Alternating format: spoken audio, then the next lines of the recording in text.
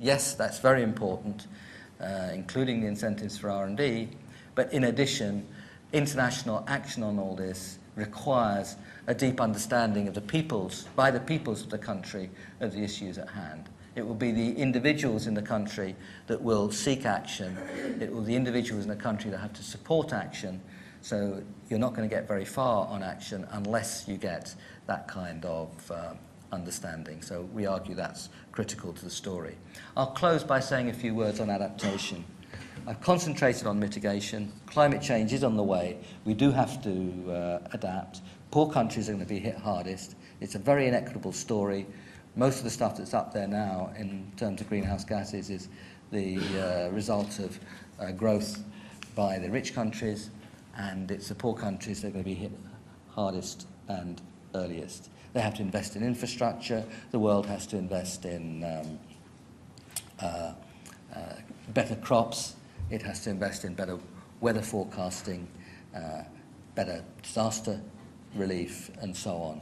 So we argue very strongly under adaptation that it's very important that the rich world meets the targets that it set itself for overseas aid in 2002 in Monterey and in the European meetings and in Gleneagles last year.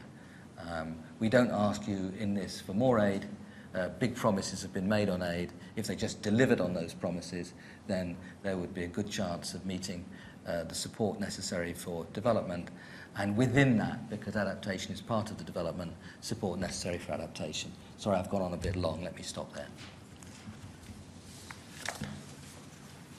Thank you very much indeed. We've now got time for questions, and several posts, although they won't be able to ask questions over the line, they have sent us some questions in advance, and I'm going to ask Nick Bridge, the head of Global Economy Group, to ask the first question on behalf of one of the posts. Thanks, Nick. The question is, some economists have questioned the discount rate that you use. In other words, how you value the impact for future generations compared to current or near-term generations. Could you just talk a little bit about the analysis in that part of the report? Yeah.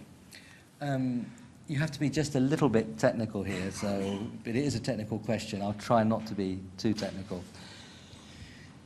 When you're taking this railway project, which I just pulled out as an example earlier, you're making small changes. And what you do is you ask yourself, if I get a benefit sometime in the future of a pound or a dollar, whatever it is, how do I compare that with a cost now of a pound or a dollar?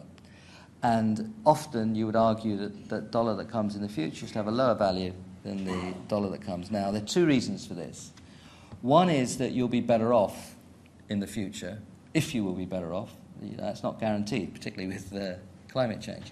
But if you'll be better off in the future, that would be a reason for saying, well, on the margin, a pound is worth less.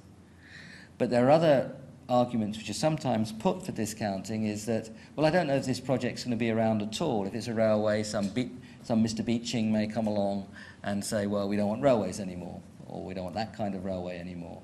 And that's, as it were, essentially the project suddenly becoming obsolete and irrelevant. And that's the kind of reason for discounting associated with not being sure that the whole environment for this project will be present. Now, in global warming, it's a very different kind of question, that pure time discounting, which is the second kind I just described. And we argue that the pure time discount rate for this kind of problem should be very low.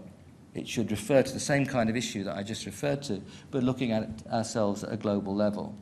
So if you're dead certain, in other words, that future generations are going to be there, apart, say, some imaginary meteorite could obliterate the world, or nuclear warfare could obliterate the world, those are the kinds of things you should allow for. But if you know, abstracting from those uncertainties, if you know that a generation will be there, why would you value that generation differently from our own? If you're looking your grandchildren in the face, how would you explain to them that because they're living 50 years on average, or 60 years, whenever your grandchildren arrive, after you, they should get a much lower weight simply because of for that reason? And